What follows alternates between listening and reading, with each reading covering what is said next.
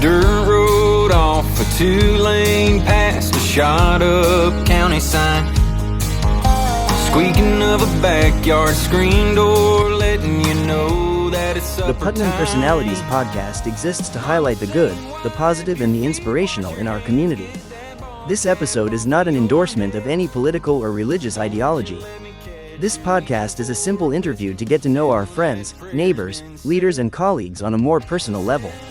Sit back, grab some sweet tea, and enjoy today's interview. like home to me. You came home, you guys met, or you guys got married later, I should say. You're married now. Yeah. You've been married how long?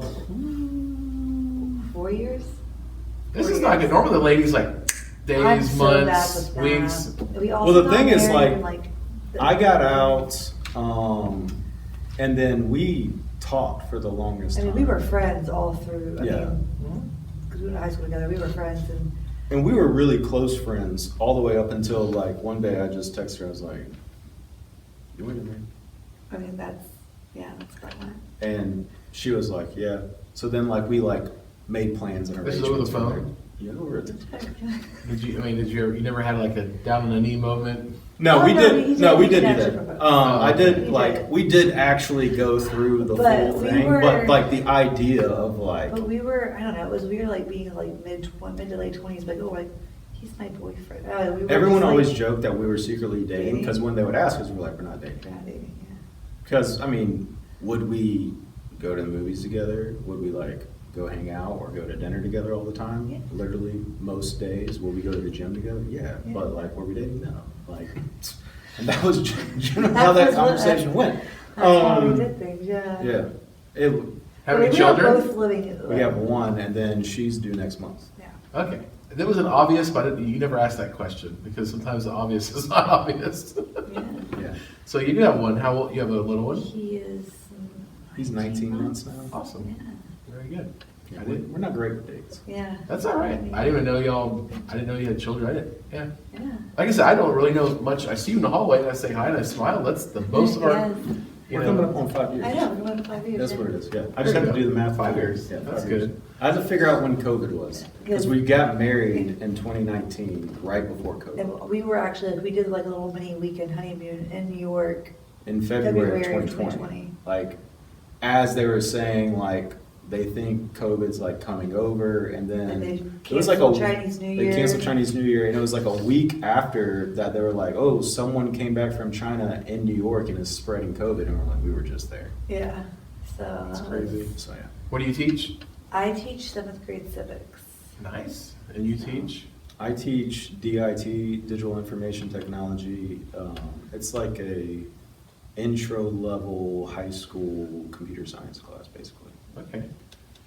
So you said I think before we start recording, I think you said you have around 120 students a year or something like that. Somewhere around A there. lot of them don't know what you did. Sometimes you might interject a little something, but So with the things that most of them know I was in the Army. What I did in the Army, I think for me, it takes a little bit of me getting to know the kid and kind of trust the kid because it's just like such a personal thing. Yeah. Because like when you start getting into like what I did, like they're gonna ask questions. And obviously like the first question, a non-formulated brain kid is gonna ask is like, did you kill somebody? So they're not gonna ask great questions. right. And then I have to like trust the kid that I'm telling that he's not gonna ask a dumb question. So that's gonna like, with me that already struggles with things, that's not like I would get upset or react, but it's just like, seriously guys, like, Right. So now you can actually say, hey, if you go watch this podcast, you can hear my Yeah. story. yeah. Yes. That's pretty cool. Yeah. And but yeah, so while you were talking too, I was thinking you both are religious, I guess. You guys with the Benile. Do you have something you call your personal faith? Do you? Yeah. I mean, what is? I mean, you go to church or where you? Yeah, so we go to the branch now. Okay. It's Daniel Helms, Mhm. his church plant there. That's at what's that school called? Well, it's. It used to be called CeeLo. Yeah. CeeLo Reserve. Okay. Auditorium. Yeah, so that's where they meet. That's where we go now. We went to Penal for years, and then I knew Daniel was planning that church from my brother-in-law, because my brother-in-law I wouldn't say he was a full-on like mentor. They talked. Yeah. And he kind of like bounced some questions off Clint, my brother-in-law. And he went through his like apprenticeship program to be a church planner. So yeah. I knew that was happening, and I just knew the style of church that my brother-in-law always like. They have like a very unique style, and I knew like Daniel was going to do something similar, so I was like all on board. Okay. And Of course, Daniel is your pastor, and his brother was the principal. Yeah, Now, were you under Brian? I was under Brian for the Okay. first 2 years. Okay. Because this is the first year with Amber. Yeah. Gotcha. Yeah. Yeah, I like Brian. I like both of them, but Brian was a good principal. My daughter graduated, I think, under his first student, or maybe, if I'm not mistaken. So, being in the military, did you ever have any? Well, actually, this is for both of you. It doesn't have to be military. It's just a general question. But have you ever experienced anything that you would consider an answer to prayer or a miracle? All of that I just talked about with like. Did you recognize it like when The- you got hit in the plate? You were that close. I mean, that and what was when, going through your- that and when I like woke up and like my room was blown out and it ended up being a dud. Like both of those are like, I don't know what purpose I have here, but obviously my purpose isn't done, and I'm gonna try to figure that out. Right. Like I'm just waiting to see what he wants me to do because obviously my time here's not done. Both of those were like that kind of a moment. So yeah, that would be my moment and all that. But After that, it's like I don't really have anything. I really can't think of anything of. Personal nature. That's okay. Yeah, it's something that's like that profound. Yeah. I would say, I get it. but yeah. So we talked to you mostly. We didn't get to talk to you. We talked to you a little bit at the beginning, but what? Anything you want to talk about? Like anything you want to share? Something that you find unique about your life? Something that your students might find unique that they may not know about? I mean, I feel like the one I always go to, but my mom's an immigrant, so like I may have grown up here my whole life, been here, but my mom immigrated from Italy in the 1960s, and my grandmother like survived World War II living in Italy, and my grandfather met her. He got lost and needed someone to give them directions, and in the 1950s, most people in Italy didn't speak English, but my grandmother did, and so that's kind of like how I ended up here. But most of my students, I would say like in our area, like they think like to be an immigrant, you have to be like Mexican or Right. like Puerto Rican. Like there's like Puerto Rican, but they're able to, But most of my students always like We always say the Spanish Latino culture, yes. right? I understand.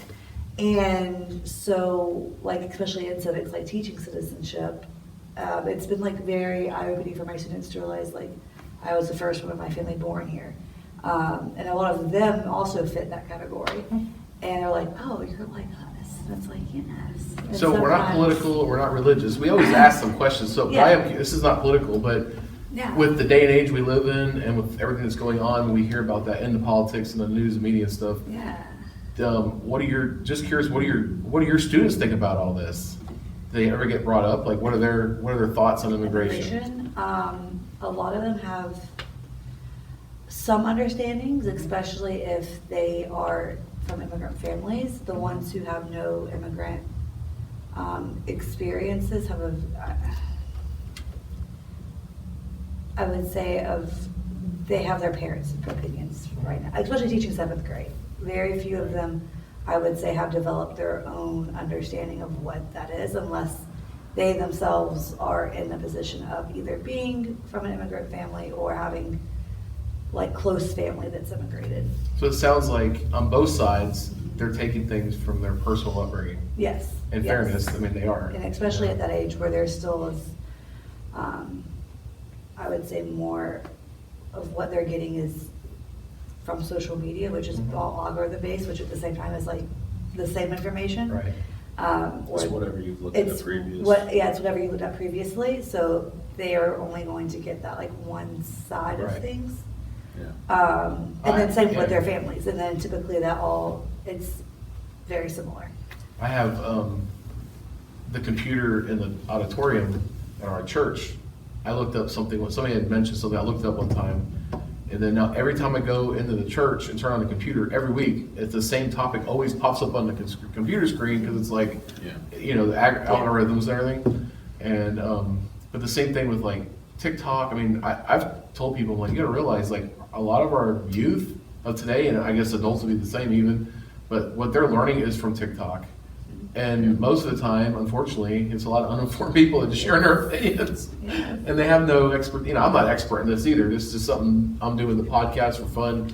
I'm doing it for fun, for our, you know, for me to get to know people in our community better, and for our community to get to be aware of our community as well. But the truth is, you know, I'm not trying to be an influencer, and I mean, I don't care about that, and not in that way, but it seems like everybody wants to be an influencer now. You know, my little nephew just found out today he has I guess it's a YouTube channel or something, and a couple of days, he was like, I got 275 followers. I've dreamed since I was 5 years old to make this happen. And he's only like 11. But that's what the world is, you know, but unfortunately, a lot of stuff comes from what people say, and it's not going back and learning from someone like yourself that has because I don't know what you guys experience. Like, we have some Vietnam vets in our church, and a lot of them, they won't talk about some things because a lot of it brings up bad feelings because they were not welcome back. Like, I believe you guys were. We or did you feel like you we were? were definitely welcomed back. I would say the biggest difference, because I knew Vietnam vets also, and I think that the biggest difference between my group that went over there and came back and their group is not only were they not welcomed back, but it was after my second deployment is when all this stuff with PTSD started kind of getting big in the news and forced the government and forced like the VA and the military branches to actually take it seriously, because Vietnam vets, they went and they were gone for like 3 years or 4 years or sometimes even longer if they kept staying on rotations. Like, we were like a year on, a year off, a year on, a year off. Like, you had to be home a year before you could redeploy. And so it was like you go for a year, then you come back, and then like, hey, here's your new kid, here's your wife you haven't seen in a year, fix all your marital problems. Oh, like, you're leaving again. But when all that stuff started getting big, they kind of had to, unlike with Vietnam, like, hey, if you have issues, suck it up. They were like, all right, well, maybe you should go see a therapist. Like, maybe you should go see a psychiatrist. Maybe you should like talk about it to somebody like that has a professional realm and try to get some mental health issues like handled, or try to. That was my generation. They actually kind of like after my second deployment, they started pushing that a little bit. So like when I came back from my second one and I was struggling, they were like, just go talk to somebody, see what they say. And I started doing that, and it started helping. Whereas after my first deployment before it was like the old school, like Vietnam, if anyone came back with anything, they were like, dude, suck it up, you're a guy, like drink some water, Yeah, man. keep going. So it was like that big of a difference in like 2 years. So the Vietnam guys like never had that. So not only did they not get welcome home, but then if they had any like real issues, they were just, suck it up, dude. Like, you gotta drop it. So I can see that's probably the biggest thing that I've seen in like my generation, their generation. Well, I think the Vietnam vets also tried to make sure that y'all were welcomed back. I think Yes. there was Like, so when we would actual come back, initiatives because they knew what it was like. So like when we would fly back, because you don't just like Hawaii, you don't go straight from Baghdad to Hawaii. You got to make stops. And when we would stop, depending on which way we'd go around the world, because weirdly you can go either way from that place to Hawaii, we would, if we stopped in like Bangor, Maine, we would stop in Bangor, Maine, we'd get off, and there would be just 30 to 40 Vietnam vets with their wives. You want you want homemade cookies, how are you guys, shaking your hands. It'd be the same thing if we like stopped in Texas or we stopped in California. The Vietnam vets and like some of the like Gulf War vets would always be there. They're always super welcoming, and that is a huge part. But yeah. Interesting. While you were saying all that, I had all these things coming that there's just so much, you know what I mean? So many questions, so many things to ask, but none that I really want to ask her, if that makes sense. But with everything you said, you're able to understand the next generation too. Oh yeah. So some of your kids that are now like in ROTC, they're talking about, I'm sure some of them asked you what you think about them joining or whatever, but yeah, so the kids, so I have a couple kids that are talking about going to the military that are on the football team. One is like signed up to go to the Marines, And then I have some ROTC kids in my classes. They all know like I was in. And I've told the ones on the football team specifically when they told me like, yeah, we're gonna go talk to the Marine recruiters or whatever. I was like, all right, if you go talk to them, bring back the information, show it to me, or talk to me, tell me what they say, because recruiters are there to do a job, but they not always they don't have a good track record of being completely truthful. Sometimes they're just trying to meet quotas, and sometimes you're also 17 and you don't understand what they're saying. Right. Well, like with the job the job description, and actually what does that entail? Yeah, because so I was like, come to me, like talk to me, like I'm willing to like sit down and like, I'm doing the same thing, or I was doing the same thing. He's signed up now with my nephew that's going in the Air Force. Like I am completely fine talking you through this whole process. So yeah, like I have them talk. The RTC kids will ask me, like, you know, what was it like? What was like your day to day? Like, what job did you do? That kind of thing. Like my nephew's question was like, I want to go to these places. What job do I need to get to go to those places? Because that's what he wanted. He wants to travel and he wants to do it in that kind of fashion. And I was like, okay, so I can work with you kids and like trying to figure this stuff out. Like this is the kind of stuff I actually like to do. So yeah, I get asked questions about it all the time, and I like helping them because when I joined, no one was like there. Like my parents, neither one of them were in the military, so I was just like figuring things No out. one really on your side of the family, like immediate family had contact. But that's what, I think that's part of being, that's important. I think that's what part of being a community is. I mean, that's why, you know, I was a youth director for a long time, but that's why I like working with young people, because, you know, I made stupid mistakes growing up, and I've worked with a lot of young people, seen them make mistakes, and it's always good to kind of try to guide them in a different direction, encourage them to do the right thing. Yesterday, there was a young lady, who was, oh, I know who it was, actually a lady across the street, little girl, not a little girl, senior, a girl across the street. She came over, we have Wednesday donuts and, what's today, today's Thursday, right? Yeah, donuts and coffee Wednesday mornings here at the church. And so she came over and she's a senior. I said, hey, what do you do after graduation? And she said, I think it was her, but she said, I want to be a script writer. And I said, okay, very cool. And I said, so, you know, what are you gonna, you know, where are you gonna work? And she's like, well, I don't know yet. And the thing is, it's like a lot of kids want to be movie actors. They want to be in Hollywood. They want to do those things, but it's all glamour on TV. Yes. But the reality is, what's the reality of it? Very long hours. Very long hours, very difficult. Very difficult to Have get to have a into. giant work ethic. Everybody wants to do Massive it, work ethic. right? Like that's like one thing too, like when your call time is a call time, and if you're not there, like they will find someone else to replace you who was early. And so there's a lot more, again, we only see the end product, and I think a lot of people don't realize like how many people it takes to put on a TV show. I never actually worked on any movie sets. I had friends that did. But I mean, a TV show alone, there was 100 people on set working. So at for a any third, given how time. much, Gossip Girl is what, an hour long? An hour-long TV show. 40 I mean, minutes, even it's at like Raw. 42 minutes. Yeah, like with commercials. So it's an all-day event just to record? And the scenes, like, there was 2 days I worked for one scene that in the show is 4 minutes. Right. 4 minutes and it was like over 2 days of production. 14-hour days for me, 2 days of production. And then there was like 2 more days on location that like I didn't work at. And then that's not even including like the, when you actually are working on the soundstage, which is And so- actually probably the coolest thing. When you go to a Right. soundstage, they're all in Brooklyn and Queens, and you actually can see like all the different TV shows and their sets, and walking through there, it was actually like, that was probably really cool. That's cool. And that's not to discourage even the young lady across the street, not to discourage her in yeah. that, but just telling her like, what I was telling her was like, hey, that sounds cool, but that just doesn't happen. You don't graduate from high school, next week No, you're writing a script yes. for whatever, you know, you've got to be willing to do the dirty work and Yes. And sometimes that involves like, you're not gonna get a job straight into script writing. Right. You're gonna have to No, probably you're start gonna get off someone's coffee. as like someone's assistant and running and getting coffee and getting food and work your way up. So go back to what you told me earlier. Before we didn't really prep this. We talked real briefly, but so you come back from Iraq. Yeah, so like I come out of being on a deployment where I'm all over the place in charge of millions of dollars of assets. I have like my own soldiers that I'm in charge of. I get out of the military and I'm like, all right, well, I got to be like super hireable because I've done all this cool crap. And then I throw out my resume all over the place, and the only place that calls me back is the AMC movie theater. And like no one else called me back. I probably, when I got out, my security clearance like ran out, and I was hoping that a company would pick up and renew it because it's cheaper.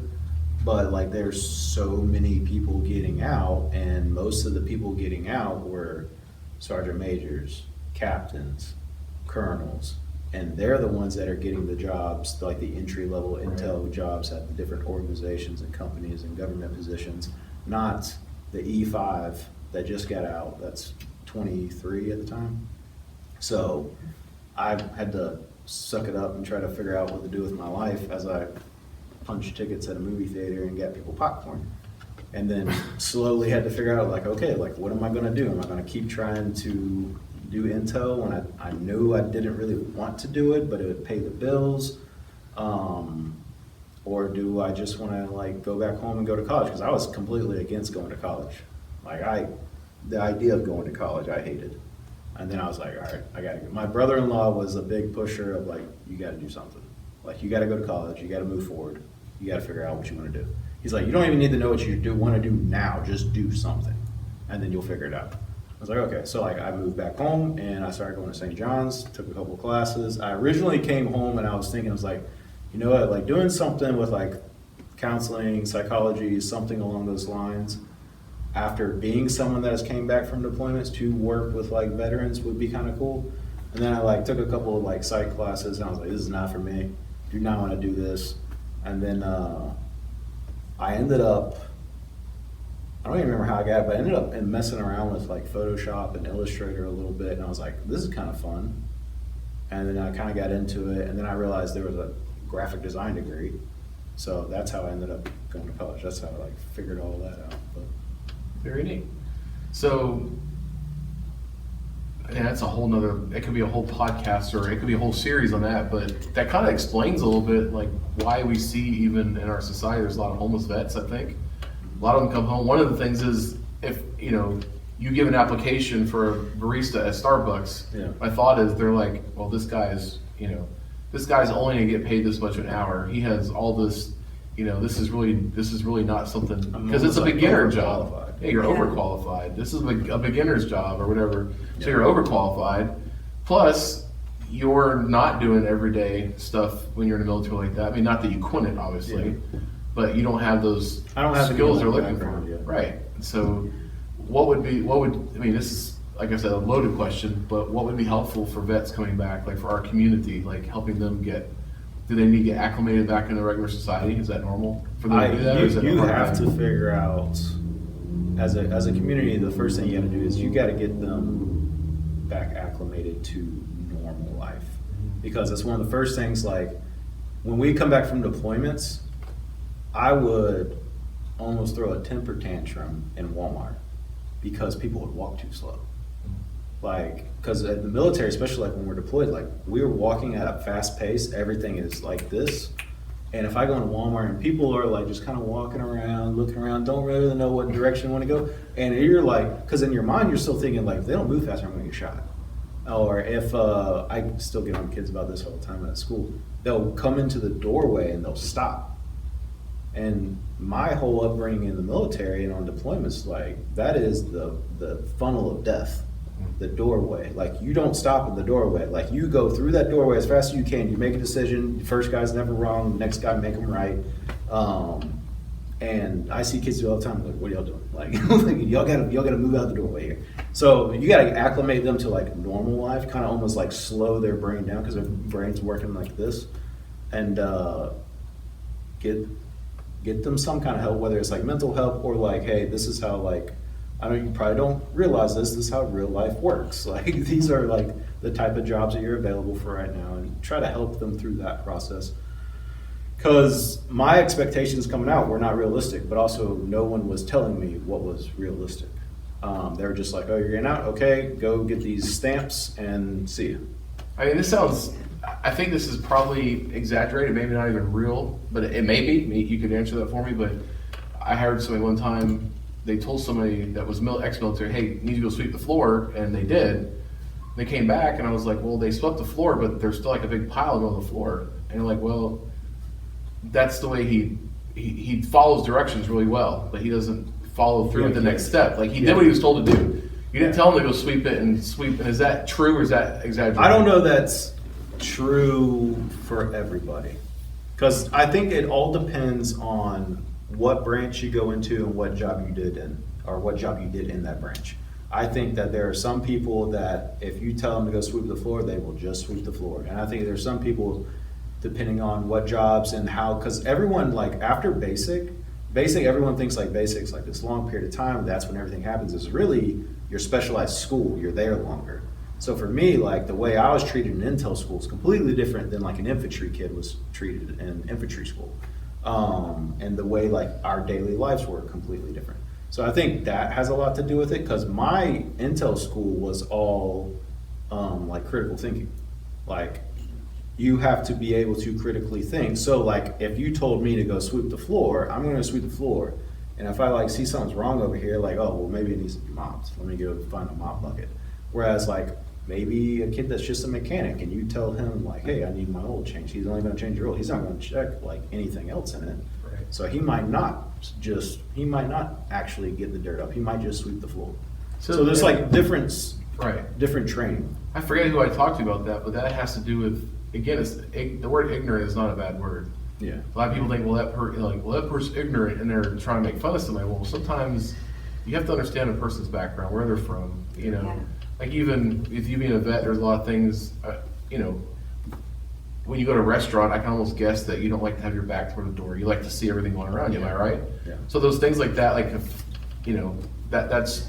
I notice when you interview, you look out a lot, and that's just normal. I would catch myself like Panning, Always viewing. panning, Yeah, always, exactly. So we have to, and I think in community, you have to learn to understand people and know them. Yeah. And that's what this podcast is about. But we talked a lot. I don't know how long, I don't know what time it is, but we might chop it up into 2 episodes. I don't know. It doesn't matter. But what, I ask you guys a lot of questions, and anything I ask you guys, I like to let you ask me something too, because I don't want to feel like I'm, there's no gotcha questions, or it's just a conversation. But anything you want to ask me? If not, it's no big deal. But anything you're curious about? How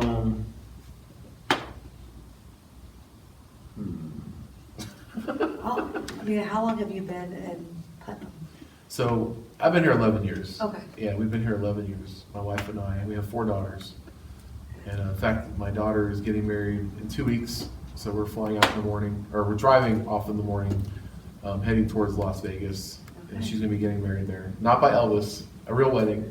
But her fiance is from Vegas. And I was thinking about that today too. Everybody says, oh, you're going to Sin, the pastor's going to Sin City. And I'm like, but I said, but real people live there. Yes, so the first person I ever worked for in New York was like really good friends with Tony Hsieh, who was the founder of Zappos, but he was from actually Vegas. Cool. And he had done a lot to like actually revitalize the downtown Vegas, which is not anywhere near the Strip. Like he wanted to actually give back to the actual like local people of Vegas, because they kind of got left out compared to the casinos and all that. So yeah, no. Somebody who was the vice principal, I think yesterday, Mr. Hengel, I like Mr. He's my friend, but he goes, preacher's going to Vegas?